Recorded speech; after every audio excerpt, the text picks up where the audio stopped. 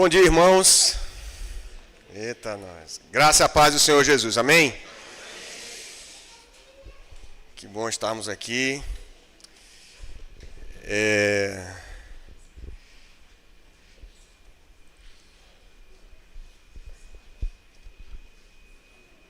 Os irmãos sabem que nós temos estudado no domingo pela manhã. Aqueles que nos visitam talvez não estejam habituados, mas nós estamos estudando pela manhã o Evangelho de João. E aí você já vai pegando a sua Bíblia, abrindo no quarto Evangelho. Muito bom ver a missionária Catiane, o missionário Davi aí também, nossos objetivos de oração, a gente tem orado por eles. Glória a Deus, bom vê-los. E é bom também porque quando tem missionário, pastor ouvindo a aula, aí não tem perigo. Se a gente falar qualquer besteira, depois o pastor vem, o missionário vem e corrige. Então vamos abrir as nossas Bíblias em João 12, Evangelho de João, no capítulo 12. Eu quase ia passando mais essa aula sem dar. A gente uma correria muito grande lá, com também tentando se revezar no cuidado com manhinha. Domingo a gente tinha, na escala eu ia pregar, não era pastor? E acabou que a gente não conseguiu se organizar ainda domingo. Aí eu fiquei sem pregar, eu disse, pastor, deixa eu ensinar, porque se eu não ensinar, eu vou passar o mês todo sem ensinar. E a igreja pode não sentir falta, mas eu sinto uma falta, aí deixa eu ensinar assim mesmo. Então, estive trabalhando ontem, larguei agora pela manhã e disse, não, vamos lá compartilhar a palavra do Senhor, que o Senhor tenha misericórdia de nós nessa manhã. Evangelho de João, capítulo 12. Evangelho de João, capítulo 12. Diz assim a palavra do Senhor. A gente vai fazer a leitura responsiva, tá, queridos? Eu vou ler um versículo e os irmãos lerão o seguinte, e a gente vai assim até o verso de número 11, tá? Jesus é ungido por Maria em Betânia. 6 dias antes da Páscoa, foi Jesus para Betânia, onde estava Lázaro, a quem ele ressuscitara dentre os mortos. Marta servia, sendo Lázaro nos Cristo. Então Maria, tomando uma libra de bálsamo de nardo puro, muito precioso, ungiu os pés de Jesus e os enxugou com os seus cabelos, e encheu-se toda a casa com o perfume do bálsamo.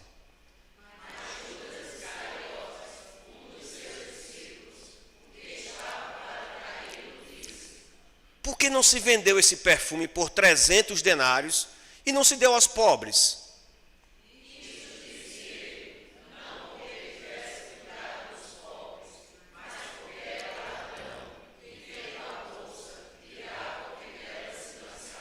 Jesus, entretanto, disse, deixai-a, que ela guarde isso para o dia em que me embalsamarem.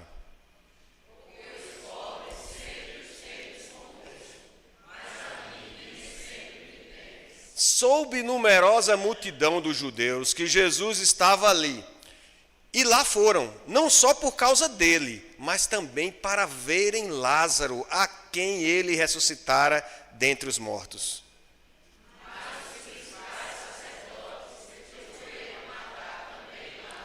Porque muitos dos judeus, por causa dele, voltavam crendo em Jesus. Amém? Até aqui a leitura da palavra do Senhor, que o Senhor tenha misericórdia e nos visite com a sua graça nessa manhã. Vamos orar mais uma vez. Senhor, nós celebramos a mesa do Senhor nessa manhã. Nós lembramos do teu sacrifício por nós. Nós lemos na tua palavra em Efésios que o Senhor conquistou para nós, nos concedeu adoção, redenção, remissão dos pecados e todas as bênçãos no Altíssimo. Nós te louvamos, Senhor, nessa manhã por essa oportunidade de cantarmos, de celebrarmos, de como igreja do Senhor estarmos aqui nesse lugar reservado para adoração, para ouvirmos a tua voz, para recebermos de ti. E te pedimos que o Senhor nos visite com a tua graça, Senhor, porque nós precisamos de ti, Senhor. Nós precisamos do teu socorro. Hosana, Senhor, precisamos do teu auxílio para nos quebrantar, para nos humilhar, para quebrar o nosso coração cheio de autonomia, cheio de orgulho, para abrir os nossos olhos para enxergar a tua palavra. E te pedimos que o Senhor não coopere com essa obra, Senhor, mas que o Senhor realize completamente essa obra nas nossas vidas nessa manhã. Que a gente não venha atrapalhar, Senhor, a tua ministração. Mas o Senhor que reina soberanamente, que é sobre todos e sobre tudo, o Senhor que tem tido misericórdia de nós, o Senhor que nos achou no pecado e nos amou, que o Senhor nessa manhã se agrade de falar conosco, apesar de nós. Fala também aonde a tua palavra está sendo ministrada, Senhor, nessa manhã. Aqui na nossa cidade, nas congregações, ó Deus, no nosso país e fora dele, aonde o teu evangelho está sendo aberto nesse domingo, o dia que separamos, para lembrarmos do descanso que o Senhor tem reservado para nós, o dia que separamos para adorar o teu santo nome. Senhor, que o teu povo seja edificado e que possa ser renovada a esperança para mais uma semana, para mais um dia, ou quantos dias o Senhor for servido nos conceder vida e nos conceder a graça de estarmos vivos até o retorno do nosso Salvador. Que o Senhor nos fale nessa manhã, que o Senhor renove a tua bênção sobre o teu povo, nos faça edifica a tua igreja, glorifica o teu santo nome. É assim que a tua igreja te adora, é assim que a tua igreja ora nessa manhã, confiados não nos nossos méritos, não em obras nossas, não na nossa inteligência, nada que há em nós, nem aqui nesse lugar, mas tão somente, Senhor, no teu Santo Espírito, nos méritos de Cristo Jesus, na cruz do Calvário. É nele que nós nos fiamos nessa manhã. Em nome de Jesus nós oramos. Amém. Queridos, no dia que eu saio de serviço, eu sempre digo que eu choro mais. Viu? Eu acho que é o sono, aí eu fico meio mole assim. Mas, meus amados, enfim, nós terminamos João capítulo 11. João capítulo 11 foi uma jornada, foi não, pastor Érico? Foi uma jornada. O que é que ensina João capítulo 11? Um de cada vez, tá? Para não causar tumulto na igreja. Isso, ressurreição de Lázaro. Lázaro era um amigo de Jesus. A família de Lázaro era uma família amiga, muito amiga de Jesus. E Jesus fica sabendo da morte do seu amigo, aliás, que seu amigo está doente. E Jesus se demora um tempo para ir lá vê-lo. E acaba que quando Jesus chega, Lázaro já está morto. Faz quantos dias? 4 dias. Há muitas discussões acerca de por que 4, por que Jesus se demorou tanto. O fato é que Jesus queria manifestar o seu poder, revelar para nós que Ele é a ressurreição e a vida. Não há em nenhum outro lugar, não há em nenhum outro ressurreição, somente em Cristo Jesus. E Ele queria ensinar para Marta isso, Ele queria ensinar para Maria, Ele queria ensinar para os seus discípulos e pregar a sua palavra ali, para que muitos viessem a crer, para que Ele complete. Ele tem o tempo certo, e a gente aprendeu isso no capítulo 11. E como Ele tem o tempo certo, o capítulo 11 aqui durou umas 3 semanas. Aqui, não foi, pastor? Umas 3, 4 semanas. A gente ouvindo falar sobre essa morte, as implicações dela e as consequências dela, de modo que o capítulo 11 termina com os judeus, os líderes judeus, conspirando contra o Senhor, entendendo que aquele movimento, aquele nazareno, ele está começando a crescer muito em popularidade, de modo que muitos líderes religiosos se sentem incomodados com isso. E eles começam a tramar contra Jesus. Se a gente for ler nos outros evangelhos, a gente vai ver que essa trama, ela... Oh, meu querido, obrigado.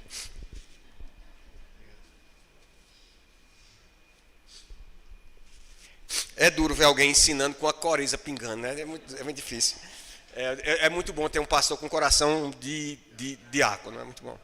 Então, meus irmãos, nos outros evangelhos a gente vai ver que o entendimento dos líderes religiosos era de não prendê-lo não pegar Jesus durante a festa, porque exatamente por esse tempo, muitos judeus estavam indo até Jerusalém para comemorar que festa?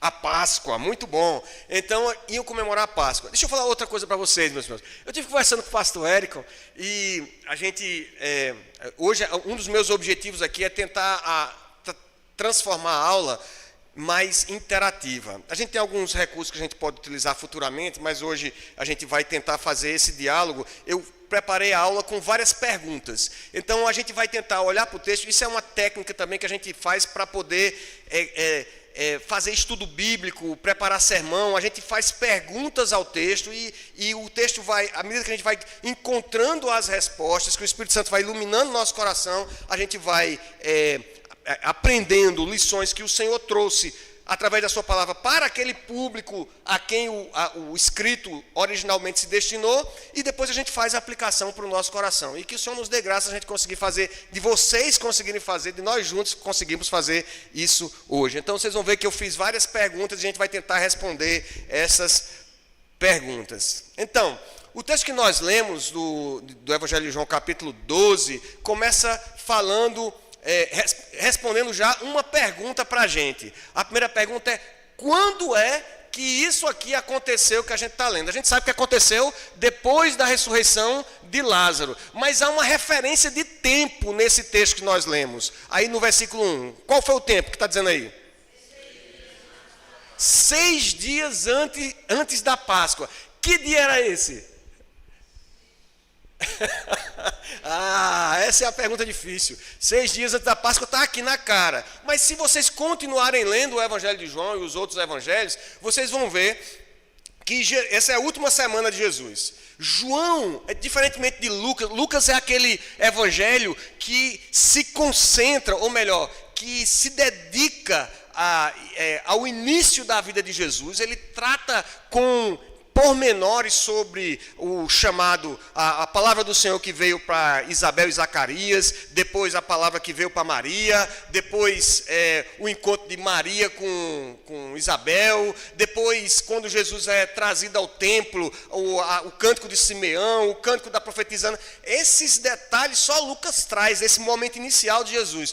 João, que deve ter sido o último evangelho a ser escrito, possivelmente, se não todos os evangelhos, outros 3, mas pelo menos 2 eles já haviam sido escritos. João ele tem outra pegada, ele tem outra ênfase no evangelho. João, a gente já tem visto aqui que em João a gente encontra repetidamente a expressão eu sou. Eu sou o caminho, a verdade e a vida. Eu sou a luz do mundo. Eu sou. E o que é que João está querendo dizer com isso? Muito bom, Jesus. Rapaz, eu não sei se é porque eu vou falar sobre uma mulher hoje, inevitavelmente ela está muito mencionada nesse texto, mas há mulheres aqui que estão respondendo mais aqui, por favor, homens, respondam também. Ele é Deus. E João está dizendo, tanto é que João começa, como é que João começa o evangelho? Ele não começa dizendo, Maria engravidou, era virgem, deu à luz. Como é que ele começa o evangelho? Dizendo como? No princípio era o verbo. Ele começa do começo, antes do começo. Ele começa do começo de Jesus, o começo de quando ele era. Simplesmente da eternidade. No princípio era o verbo. João tem essa pegada e essa ênfase. E aí João é o que vai mais tratar com mais detalhes dessa última semana de Jesus. Você vai pegar os evangelhos de Marcos, evangelho de Mateus, tem 2 capítulos falando desde a entrada triunfal em Jerusalém até a morte de Jesus, ressurreição, despedida lá, o comissionamento dos discípulos. 2 capítulos, 3 no máximo. João, ele trata metade do evangelho dele, ele vai tratar desses últimos momentos. Aqui, 6 dias antes da entrada triunfal em Jerusalém, sua última Páscoa, sua prisão, as últimas palavras aos seus discípulos, a promessa do Consolador, tem uma riqueza aqui de ensinos que Jesus traz de palavra, de últimas palavras que Jesus está trazendo para os seus discípulos. Então, acontece aqui 6 dias antes da Páscoa. E a gente sabe bem, a gente vai ver nos próximos capítulos, nas cenas dos próximos capítulos, que Jesus, qual é o dia que Jesus ele é preso e é julgado à noite e tal, e ele acaba crucificado na cruz? Qual é o dia que ele é crucificado? Sexta-feira. Ele morre na sexta-feira, passa o sábado e no domingo ele... Amém. Todo mundo acredita nisso, né? Responderam. Então, sexta, sábado, domingo. Na quinta-feira, então, Jesus celebra a última ceia.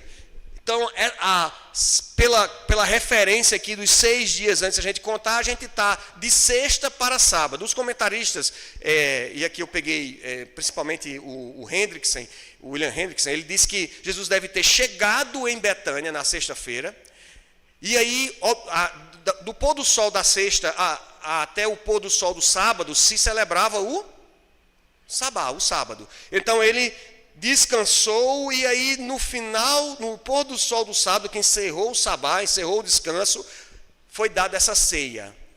Fizeram essa festa aqui, em que Jesus estava presente, Lázaro e esses outros. Então, o tempo foi 6 dias antes da Páscoa. Possivelmente Jesus chega na sexta-feira, e no sábado, eles chamavam de primeira ceia, possivelmente tinha mais de uma ceia à noite, mas eles ceiam juntos ali, e a gente vai saber agora a próxima informação, aonde é que Jesus está.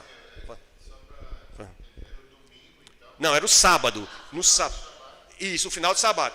Não era o domingo, era o final do sábado. Era na ceia do sábado. Pelo menos esse é um consenso entre os comentaristas. Ok? E aí, aonde é que ele estava? Fica difícil de ver ali no mapa, né? Betânia. O que é que tem em Betânia que a gente já que é familiar para a gente? Oi? A família de Lázaro, muito bom. Viu agora que os homens eu senti que eu mexi com os brilhos dos homens. A família de Lázaro, era de lá, eles eram de lá. Era uma família muito querida, muito cara para o Senhor Jesus. O Senhor amava a Lázaro, amava a Maria, a Marta. E era uma cidade bem pertinho de Jerusalém. Se vocês conseguissem enxergar ali, você tem Jerusalém, que tem várias distâncias, e tem um pontinho verde que está tão perto de Jerusalém que não dá nem para medir a distância ali, que é pertinho. Isso aí, Cassandra faz em 15 minutos. São aproximadamente 11 quilômetros.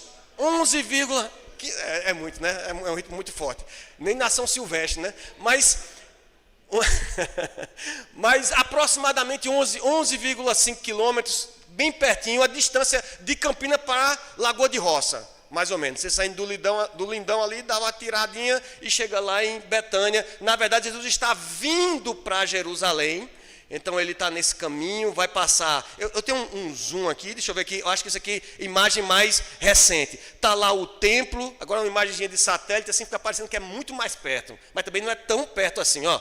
Porque a gente pensa numa linha reta, mas o caminho não é reto, ok? Tem o templo, o Monte das Oliveiras, Betfagé e Bethany, que é Betânia, ali a uns 11 quilômetros, menos de 12 quilômetros de Jerusalém. Porque é assim que o texto traz. Diz que 6 dias antes da Páscoa, foi Jesus para Betânia, onde estava quem? E aí é a próxima pergunta que nós fazemos ao texto, para a gente poder lidar com os personagens, de repente tirar algumas lições que eles nos trazem do relacionamento, dos contrastes, daquilo que o texto ensina para a gente. Quem estava lá? Lázaro. Quem mais? Marta, Maria, né? Quem mais? Oi? Judas. Eu percebi quando a gente leu assim, quando os irmãos leram o versículo 6, diz assim: isto disse ele, não porque tivesse cuidado dos pobres, mas porque era ladrão. Teve gente que encheu a boca, né? Porque a gente tem essa coisa essa mágoa de Judas. E Judas estava lá, estava Judas com os outros 11, pelo menos. Pelo menos a comitiva de Jesus era Jesus, os 12, aí já são 13, Lázaro, Marta e Maria, mas o texto diz mais para a gente. Diz o quê? Deram-lhe, pois, uma ceia, Marta servia, sendo Lázaro um dos que estavam com ele à mesa. Os outros evangelhos, se a gente for olhar lá em Mateus, o verso 6 do capítulo 26 de Mateus, e se você mantiver o texto aberto aí, eu vou colocar aqui o boletim, é outra função do boletim, tá? Você usa como marcador de Bíblia. Você coloca aí, vai lá para Mateus 26, tem um outro personagem aqui, que o texto vai trazer, que é um tal Simão. E exatamente por causa da presença dele, talvez, e de Maria, haja confusão em relação a quem eram essas pessoas. Mateus 26, verso 6, diz que, comentando esse mesmo episódio, o Evangelho de Mateus diz assim: ora, estando Jesus em Betânia, em casa de... Então Jesus estava em Betânia, mas não, apesar de estar com Lázaro, com Marta e com Maria, que aparecem no texto, ele não estava na casa deles, ele estava na casa de uma outra pessoa. Como é o nome dessa pessoa? Simão. E ele era conhecido, esse Simão, com um apelido, era Simão o... Que apelido interessante, né, para ter uma pessoa.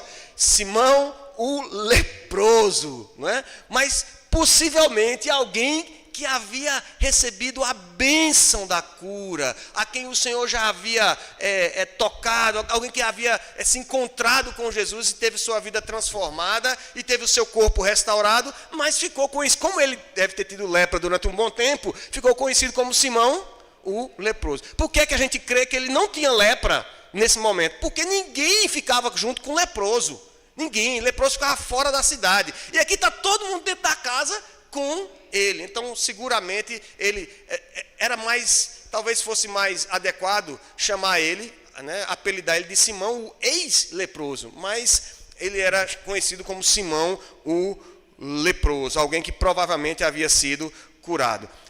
Marcos, capítulo 14, também vai falar sobre isso, e talvez tivesse mais outras pessoas ali, outros discípulos. E essa comitiva, então, se encontrou na casa de Simão, e ali foi dado uma ceia. Deixa eu ver qual é a próxima pergunta aqui. Ok. E aí o texto começa a falar sobre Marta e Maria, duas irmãs que a gente já conhece, né? Marta e Maria. Marta servia, sendo Lázaro um dos que estavam com ele à mesa. Então Maria, tomando uma libra de bálsamo de nardo puro, muito precioso, ungiu os pés de Jesus e o enxugou com os seus cabelos. E encheu-se toda a casa com o perfume do bálsamo. Que Maria era essa? Antes disso, vamos falar um pouquinho de Marta.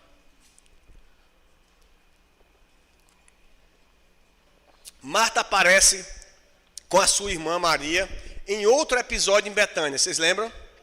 Jesus está lá na casa de Lázaro, Lucas 10, se eu não me engano. Jesus está lá na casa de Lázaro e está Marta e Maria lá. E o que acontece lá? Maria está onde? Aos pés de Jesus. E Marta está fazendo o quê? Os homens não respondem porque eles não sabem o que é isso não. Marta estava fazendo o quê? Correndo para um lado e para outro, se vindo, é o prato que acabou, tem que lavar, e ajeita, e o pano, e derramou no chão, e limpou. Os homens estão lá comendo, conversando com Jesus, e Marta está lá. Aí Marta fica incomodada. Com o quê? Com Maria.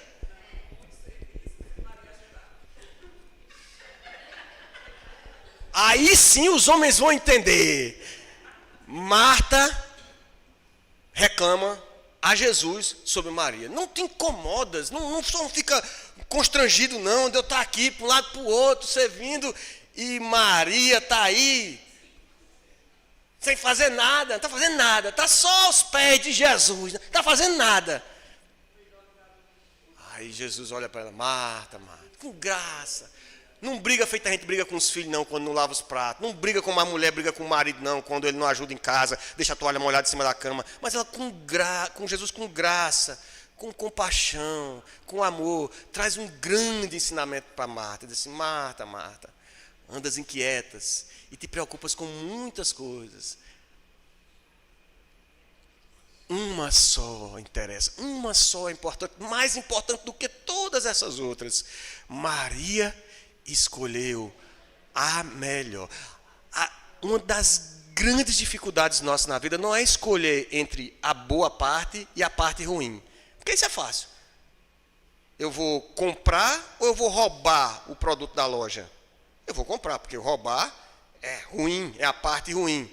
Mas a dificuldade é entre escolher entre duas coisas boas o que é a melhor. Essa é a nossa dificuldade. Eu vou comprar ou eu vou dar um jeitinho, eu vou fazer um esquema para poder obter.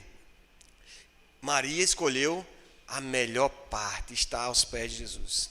Mas aí, veja só, a gente chega depois disso tudo, Lázaro ressuscitou e tal, e a gente chega aqui em João capítulo 12, e Marta está fazendo o quê? Não aprendeu, não foi não essa Marta? Marta, Marta! Tu não aprende, Marta. Hã?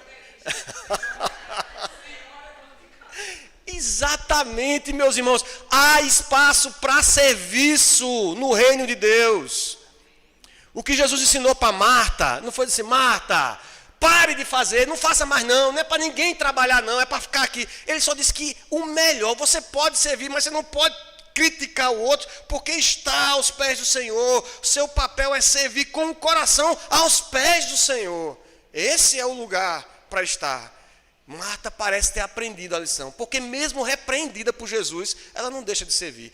Está nela. Sabe aquela pessoa que diz assim: não, eu tenho que ajeitar, o diácono tem que trazer.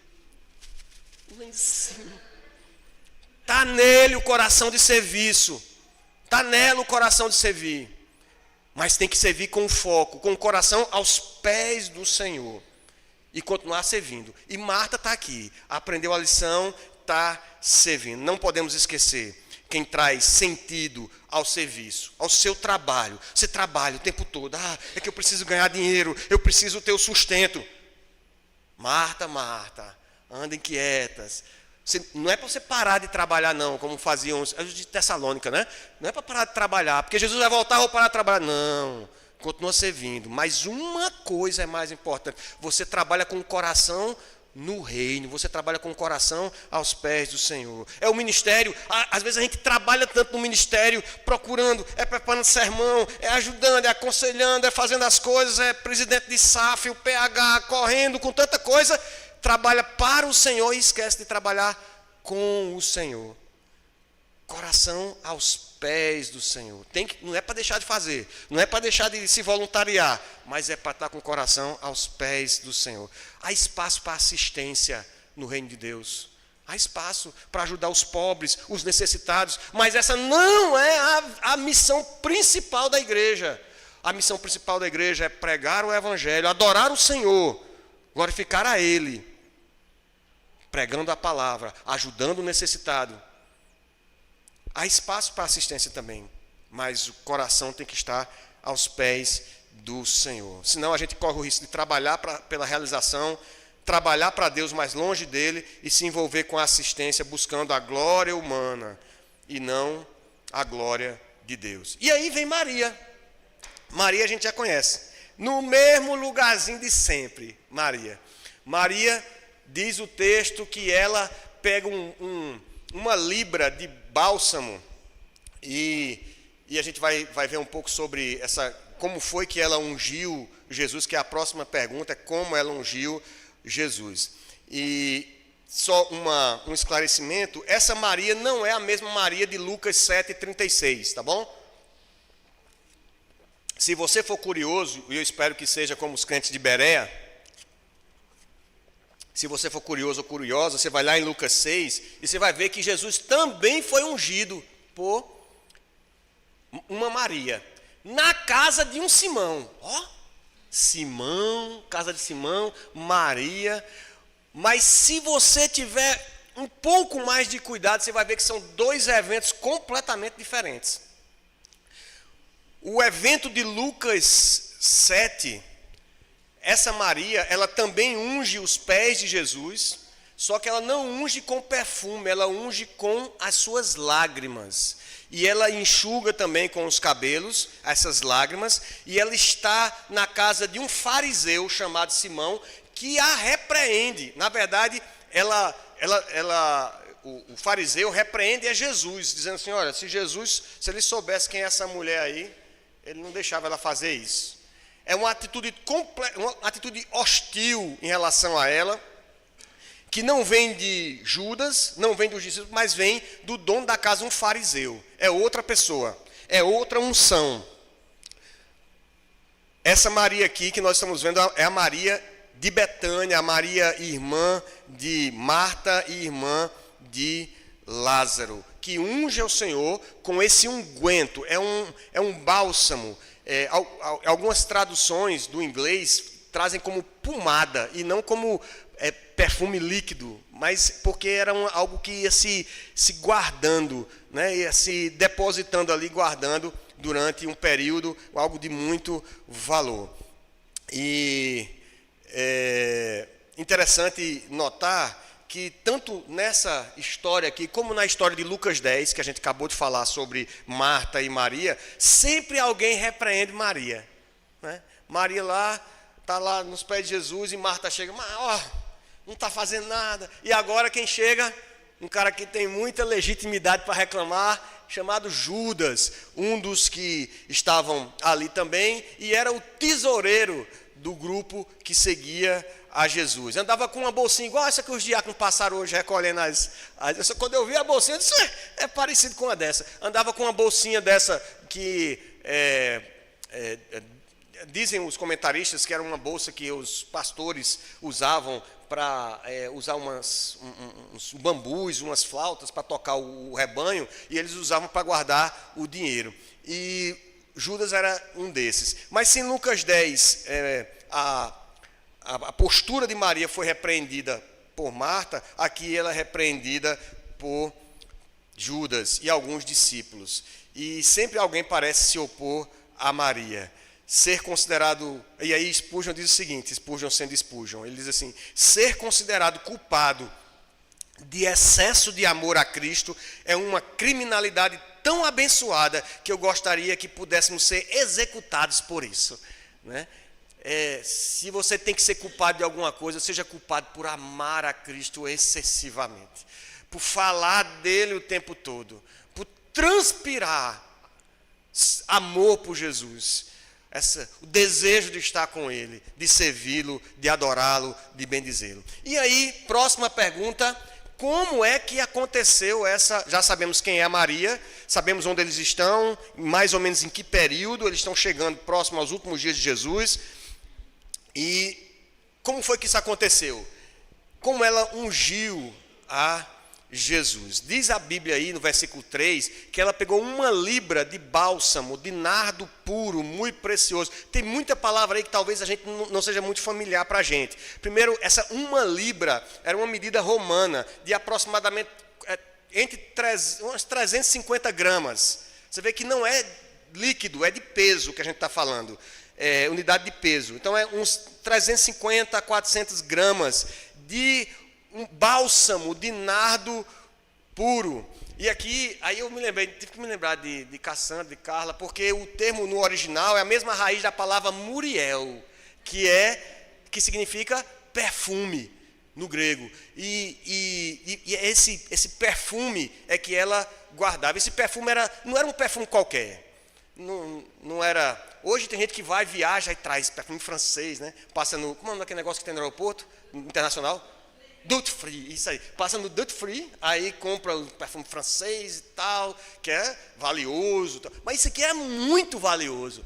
Para você ter uma ideia, pastor Hernandes Dias Lopes falando sobre essa oferta de Maria aos pés de Jesus, ele disse que, primeiro, do que era feito?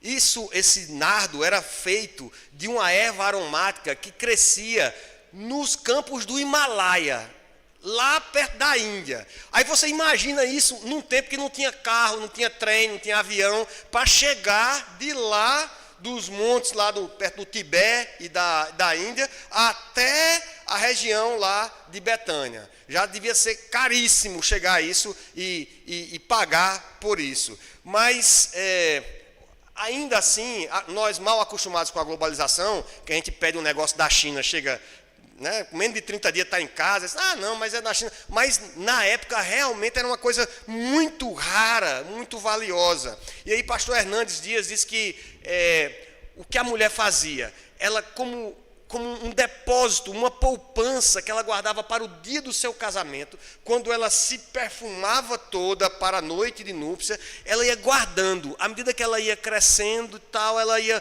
conseguindo essas pequenas doses desse nardo, ia juntando, ia depositando até ficar com a sua reserva para o seu momento tão especial. Então, imagine Maria juntando isso gota a gota, grama a grama. E ela, num momento só, ela resolveu quebrar o vaso, o vaso de alabastro e derramar isso sobre o Senhor.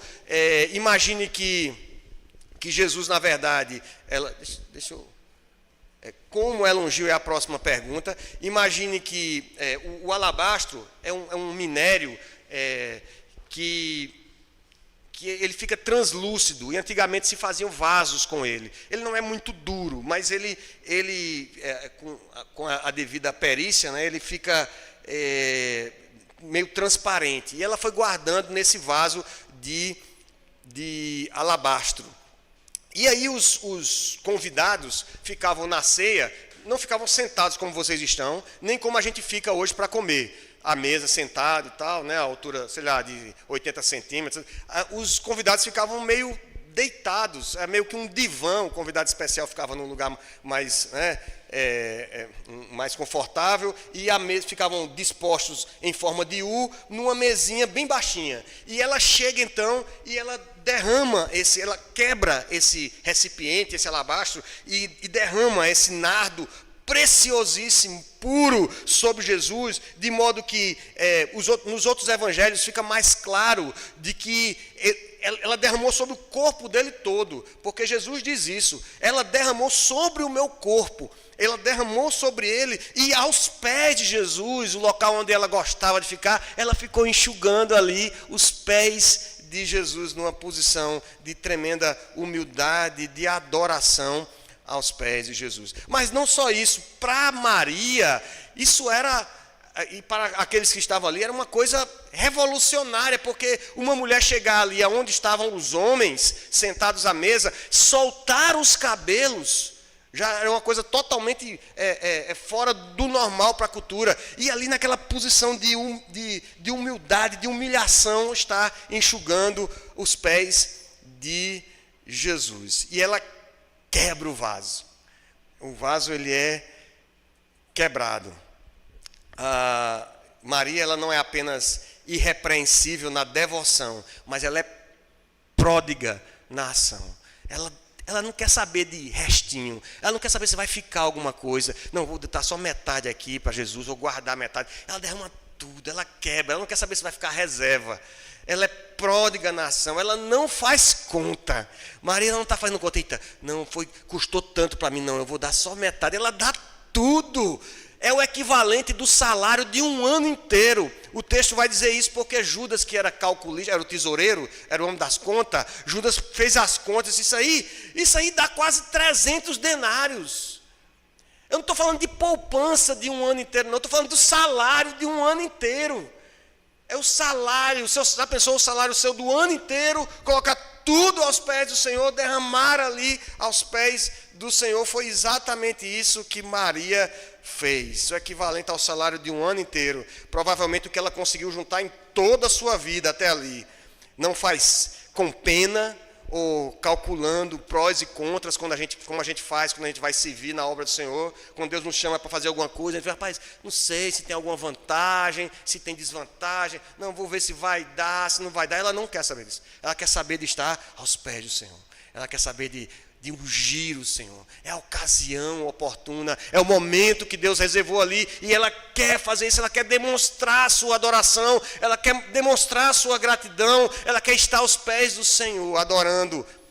E a forma que ela encontrou foi não fazendo contas, mas quebrando o vaso sem reservas. Há uma forma interessante da gente estudar a Bíblia, estudar os textos bíblicos, e a gente faz isso quando está preparando o sermão, que é analisar paralelos e contrastes, não é, pastores? A gente, não é, missionária? A gente olha situações que ficam contrastando para a gente, de repente, utilizar algumas como exemplo ou entender como, de certa forma, aquele contraste nos aponta para o exemplo perfeito que é Cristo Jesus. E aí eu queria convidar vocês a ver os contrastes que há, então, nesse texto, especialmente até o verso 8. Nós temos alguns contrastes aí. Eu vou tomar um gole aqui, fazer uma pausa dramática, enquanto vocês olham o texto. Maravilha. Que contraste nós temos aí? Alguém pode citar algum contraste? Está bem pequeno ali, que era para dificultar mesmo, para vocês não verem. Contrastes no texto. Eu estou vendo o perfume na imagem. Eu estava desesperado essa madrugada lá no serviço, tentando ver se fazia os slides, e nada dava certo. O computador não funcionava e tal. E de repente me apareceu esses slides com perfume. Eu digo, vai ser esse. Aí enchi os slides tudo de perfume hoje. Tem perfume do começo até o fim.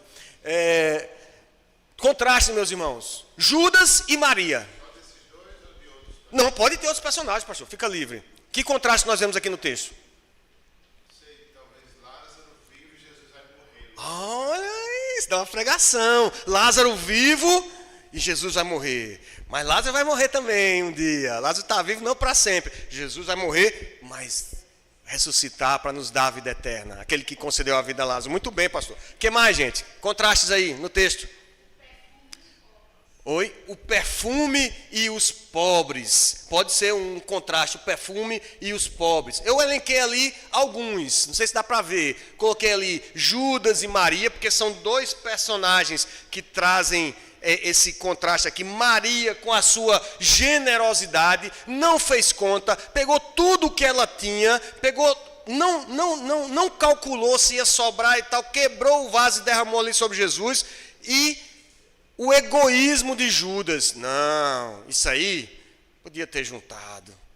E diz a Bíblia que ele não fez pensando nos pobres. Sabe aquele discurso politicamente correto que você faz para poder agradar as pessoas, mas o texto sagrado diz que ele fez isso porque ele era... E sem encher a boca para dizer que o Judas era ladrão. Ele era ladrão. Judas era ladrão, filho da perdição. E ele queria era pegar o dinheiro. Quando ele viu aquilo, ele viu que perdeu uma grande oportunidade de lucro. Percebe? Se ele vinha roubando o dinheiro que algumas mulheres são citadas nessa comitiva de Jesus durante os evangelhos, Joana, Salomé, Maria, a outra Maria Madalena, e essas mulheres, de certa forma, ajudavam no sustento do projeto missionário de Jesus ali, de seguir nos seus 3 anos de ministério, pregando a palavra. E Judas era aquele que era o tesoureiro, e ele roubava. João diz com todas as letras, ele era ladrão. Metia a mão na bolsa e tirava para si. Quando ele vê aquele desperdício, ele diz assim, isso é um desperdício. Podia ter dado aos pobres, mas não, ele estava de olho no dinheiro, ele queria ter no bolso dele. Há uma posição egoísta contra a generosidade de Maria. O que mais? A crítica diante da humildade. São 2 posturas completamente diferentes. Uma de se humilhar aos pés do Senhor. Ela podia pensar na questão da crítica, porque ela era mulher, estava ali com seus cabelos, numa posição... Ela estava preocupada com isso, não. Ela estava ciente de que ela tinha entendido a mensagem que Jesus tinha falado. Jesus tinha falado que ia morrer, que seu tempo estava se abreviando. E ela se lança aos pés de Jesus. Judas está em pezão lá, dizendo, veja só, olha que desperdício. Esses são alguns contrastes. Perceba que Judas, ele critica, ele questiona o sentido da ação de Maria, por causa de para quem se destina. Se tivesse se destinado aos pobres, o argumento de Judas então é que se fosse para os pobres, valia a pena. Mas para Jesus, esse tudinho para Jesus, é muito para Jesus. Se destinasse aos pobres, ele 300 denários. Ele teria salário de um ano inteiro. Se fosse para os pobres, estaria justificado, era um bom investimento. Mas sendo para Jesus, parecia ser um grande desperdício. Você já pensou nisso? Rapaz, esse tempo que eu passo na igreja, escola dominical de manhã, domingo à noite, isso é um desperdício de tempo. Esse tempo que eu estou passando em grupo discipulado e fazendo reunião de oração, eita, desperdício de tempo. A gente não pensa como Judas, muitas vezes. Se fosse para outra coisa, não. Talvez, sei lá, um jogo de futebol, o racha, ou fazer qualquer outra coisa, para uma festa de aniversário. Não, o tempo pode ser 2 horas, 3 horas. Um casamento pode durar 5 horas, 6 horas. Ninguém está incomodado. Mas é um tempo para Jesus. Que culto para demorar, e já vai 10 para meio-dia e tu ainda está aí. É um desperdício de tempo muito grande. Sendo para Jesus, parece um grande desperdício. Na melhor das hipóteses, uma extravagância injustificável, se Maria fosse uma pessoa abastada. Quando a preocupação social da igreja é maior que sua vocação espiritual, ela deixou de ser igreja para ser uma ONG, uma associação de defesa de direitos, um partido político. Nós não discutimos política nessa igreja, meus irmãos. Não sei quantas vezes eu vou ter que dizer isso ano que vem, para ano de eleição. Aqui nessa igreja nós não discutimos política. Porque, não precisa aplaudir, minha irmã. Isso aqui não é palanque. Isso aqui, nós somos todos servos. Nós somos todos pecadores. Quem você acha que é mais espiritual? É quem está em pé criticando ou quem está aos pés do Senhor? É quem está aos pés, é quem se sente mais pecador. Ele se sente mais humilhado na presença do Senhor. Quem está em pé criticando sempre se sente superior, na posição de criticar os outros. Nós não fazemos isso aqui, queridos. Oxalá que ano que vem nós temos um ano de paz, de convivência harmônica entre os irmãos. Quando o mundo estiver se destruindo, esquerda, direita, meio, centrão, o que for, nós pregamos o Evangelho, nós adoramos um Deus que é uno. Temos um só Espírito, uma só alma, uma só fé, somos um só corpo. Quando a igreja se preocupa em estar usando o púlpito para defender posturas políticas, para defender questões ligadas à assistência, nós temos um trabalho de assistência social na igreja, o CAEP. Que Deus conceda graça, sustento, que os irmãos se levantem para sustentar esse trabalho. Mas não é o foco principal da igreja. É porque nós, na pregação da palavra, nós encontramos o problema social e através dele nós queremos continuar pregando a palavra. Não podemos fechar os olhos, como diz Tiago, escrevendo na sua carta, a fé sem obras é morta. Exatamente por causa da nossa fé que a gente faz as obras. Mas quando a igreja se volta para defesa de direitos, para o discurso do mundo, então ela deixa de ser igreja. Ela faz qualquer outra coisa, menos igreja. A atitude de santidade não é de apontar os pecados dos outros, mas de reconhecer o seu pecado, humilhado aos pés de Jesus. Essa é a verdadeira santidade. Quem é mais santo aqui? É o Judas que está criticando do alto da sua posição, ou Maria que está humilhada na presença do Senhor? Calvino diz assim: como somos propensos a formar julgamentos desfavoráveis, calúnias são prontamente adotadas por nós. A repreensão de Jesus é um alerta para nós não sermos muito fáceis e crédulos ao ouvir declarações caluniosas. O Jonathan Edwards, ele tem um livro dele, que é o do Lawson, que ele escreve As Firmes Convicções de Edwards. Edwards, ele tinha os seus momentos devocionais e quando ele era confrontado com a verdade da palavra do Senhor, ele escrevia: a partir desse dia eu tomo o firme propósito de não fazer mais isso ou de fazer aquilo. Tome esse firme propósito no seu coração. Aprenda com Judas. De quando você ouvir uma calúnia, alguém falando mal do irmão na igreja, falando mal do pastor, falando mal do presbítero, você não tomar parte nesse ministério.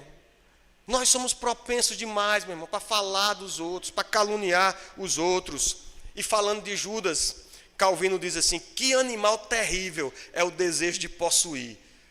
A perda que Judas pensa ter sofrido pela perda de uma oportunidade de roubo o excita com tanta raiva que ele não hesita em trair Cristo. Porque daqui para frente, Judas vai pensar, acho que ele não dormiu pensando no dinheiro que ele perdeu. E ele disse: eu vou agora entregar esse homem, porque não tem jeito, para mim não dá certo esse negócio. É muito mais fácil nos indignarmos com a atitude do outro do que reconhecermos o nosso próprio pecado. O que é mais fácil? Ficar de pé criticando ou se humilhar aos pés do Senhor? O pastor Hernandes Dias, ele disse uma frase falando sobre esse texto que eu achei sensacional. Ele disse: a semente que frutifica, qual é? É aquela que a gente come ou é aquela que a gente semeia? Então seja pródigo ao semear. Não tenha economia para pregar, para investir no reino, para investir no trabalho missionário. Seja pródigo, porque essa é a semente que frutifica. Não é que você come que enche a sua barriguinha. Por que Maria fez isso? Meu Deus, olha a hora. Por que Maria ungiu Jesus? Eu achei que ia ser tão rápido, pastor. Eu disse: eita, hoje vai ser rápido. Só algumas perguntas. Maria ungiu Jesus, verso 7 e verso 8. Jesus diz assim: deixa que ela guarde isso para o dia em que me embalsamarem, porque os pobres sempre tendes convosco.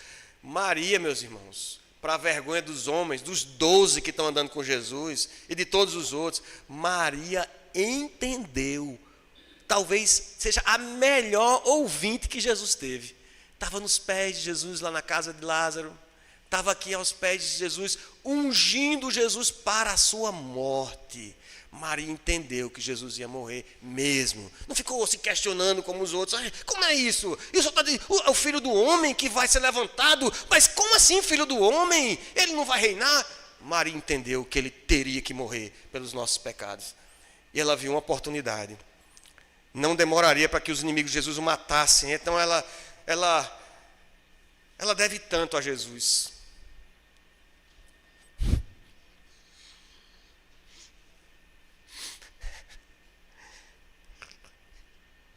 Quando Maria olha para Jesus,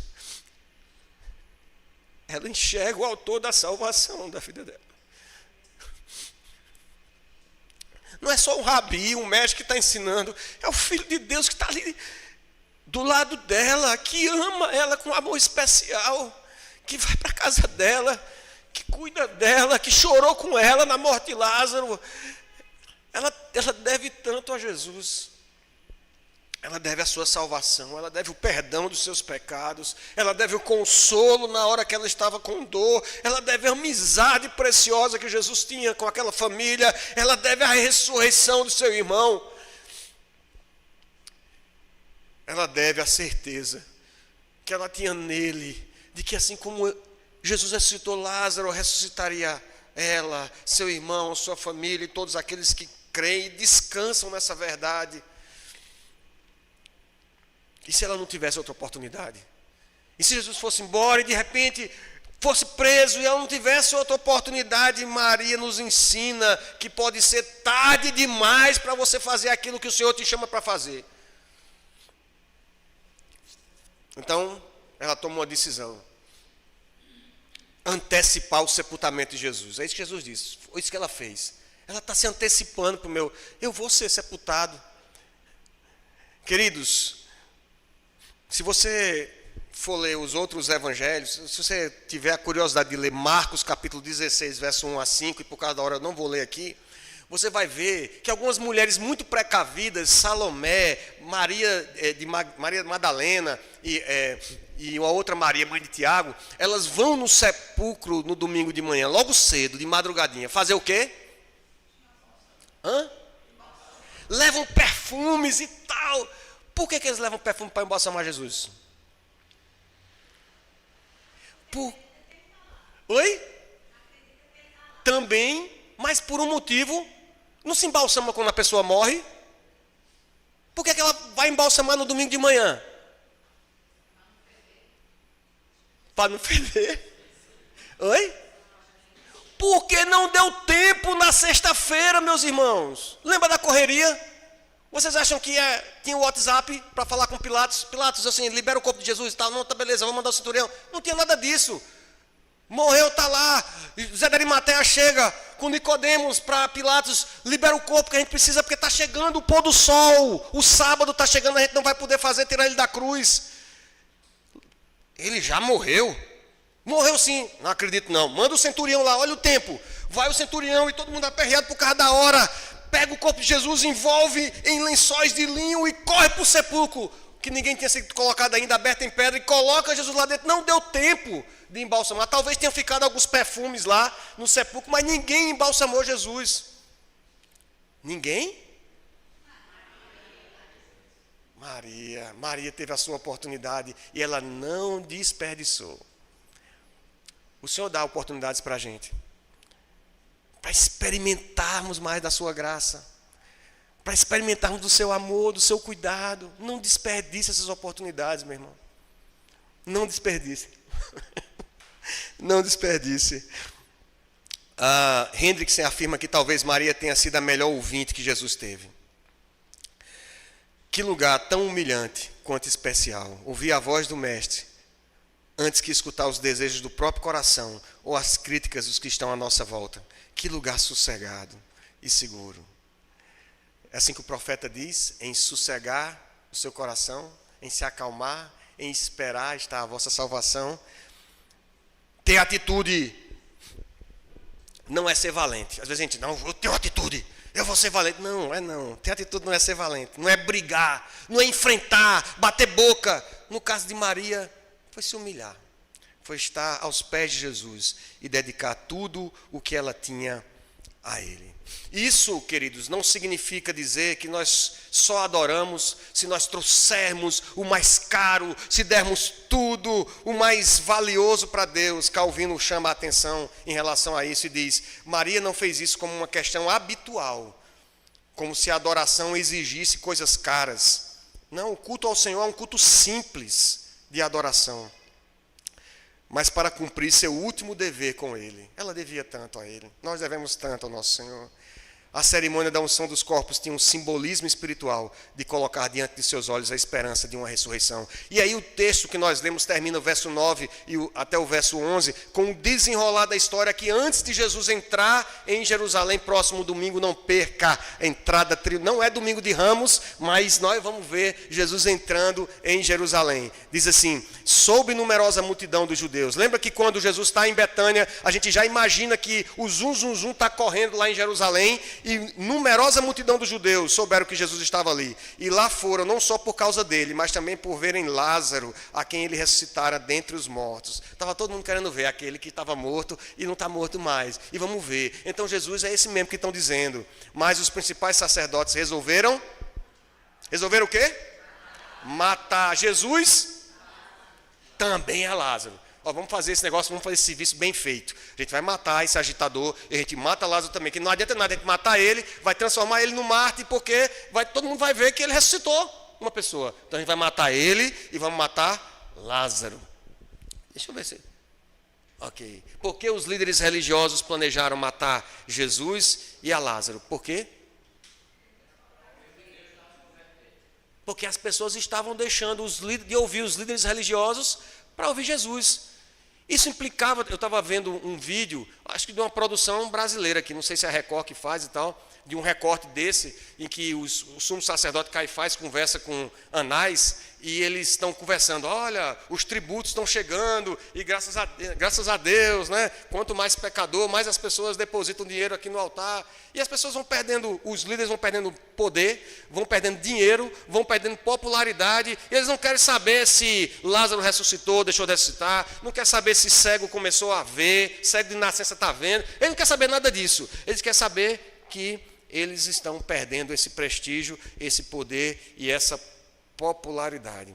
Os que querem viver piedosamente, queridos, 2 Timóteo 3,12, os que querem viver piedosamente serão o quê? Perseguidos. Nós só podemos esperar 2 reações ao pregarmos o Evangelho. Uma é rejeição, perseguição. crítica. Então, não desanime. Você está dando testemunho do seu trabalho, você está dando testemunho onde você, lá na sua casa, e está sendo criticado, está sendo rejeitado, as pessoas estão dando as costas à pregação. É isso mesmo. Continue pregando, porque a outra alternativa, a outra reação que a gente pode esperar quando a gente prega a palavra é fé. Não vem da sua pregação, mas é pela pregação. Vem da graça do Senhor que alcança o coração do perdido. Faz uma transformação, faz tudo novo. Perdoa pecados, causa um fenômeno. O ser humano precisa de regeneração, precisa de novo nascimento. E ele abre os olhos e enxerga pela pregação da palavra e crê no Senhor Jesus e tem a sua vida salva e seus pecados perdoados. Que bênção, meu irmão. Então pregue. Rejeição você pode esperar, mas você pode esperar também que o Senhor tem aqueles que Ele destinou para a salvação, esperando para ouvir a palavra do Evangelho. Amém? Vamos orar, queridos. Senhor nosso Deus, obrigado, Pai, por mais essa manhã. Meu Deus. Obrigado, Senhor, porque o Senhor é o nosso Salvador, é o nosso Senhor. Devemos tanto a Ti, Senhor. Nós devíamos passar esse culto prostrados no chão, Senhor. Não só ajoelhados num momento de oração, mas prostrados diante da Tua presença, porque necessitamos de Ti, Senhor. Não somos nada sem o Senhor. O Senhor, pela sua graça e misericórdia, nos alcançou quando nós éramos pecadores. O Senhor nos adotou, o Senhor nos concedeu a bênção da vida eterna, nos deu a direção do Teu Santo Espírito, nos presenteia com a Tua palavra. Ó Deus, e mesmo pecadores como somos, o Senhor tem nos alcançado, o Senhor tem falado conosco, o Senhor tem nos dado de graça sobre graça e tem nos sustentado, Senhor. Tem nos capacitado de fé e tudo vem da Tua boa mão, Senhor, e nós tributamos a Ti, Deus, toda a honra, toda a glória e todo louvor. Ó Jesus, o Filho bendito, seja exaltado acima dos céus, em toda a terra esplenda a Sua glória, Senhor. Ó Espírito Santo de Deus, nós Te louvamos pela Tua presença entre nós. Humilha-nos a cada dia, afasta-nos da calúnia, da crítica, da mesquinharia, ó Deus, mas que sejamos generosos e pródigos, como o Senhor foi no seu amor para conosco, verdadeiramente, o mais pródigo, o mais generoso, e nos conceder a Tua graça, a Tua bondade, e estender sobre nós a Tua compaixão. Nós Te amamos, Senhor.